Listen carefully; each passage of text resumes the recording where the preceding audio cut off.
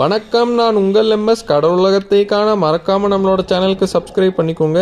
இது நம்மளோட scorpion rescue video பாகம் 5. ஸ்கூபா டைவிங்னு சொல்லப்படக்கூடிய ஆழ்கடல் நீச்சலில் பல பேர் ஒன்றா சேர்ந்து குழுவாக கடல் கடியில் போய் சுத்தம் செய்வாங்க.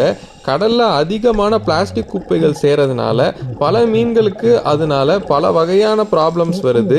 இங்கே பார்த்தீங்கன்னா இந்த ஸ்கார்பியன் ஃபிஷ்ஷோட கழுத்தை எப்படி இந்த வலை கட் பண்ணியிருக்குன்னு. இந்த ஸ்கார்பியன் ஃபிஷ் ரொம்ப நேரமாக போராடிட்டு இருக்கு. மற்ற வலைகளில் மாட்டினா கூட மீன் சீக்கிரமாக செத்துடும். ஆனால் இந்த மாதிரி பை கேட்ச்னு சொல்லப்படக்கூடியதில் மீன் மாட்டினா பல நேரம் போராடி ரொம்ப கஷ்டப்பட்டு இறக்கும்.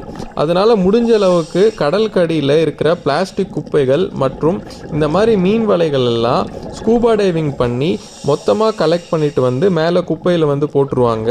இப்போவும் நம்ம அந்த மாதிரி இந்த மீனை அப்படி ஒரு வலையில இருந்தால் ரெஸ்கியூ பண்ணிட்டு இருக்கோம். 2 பேர் சேர்ந்து ரெஸ்கியூ பண்ணாங்களா இல்லையான்னு பார்க்கலாம்.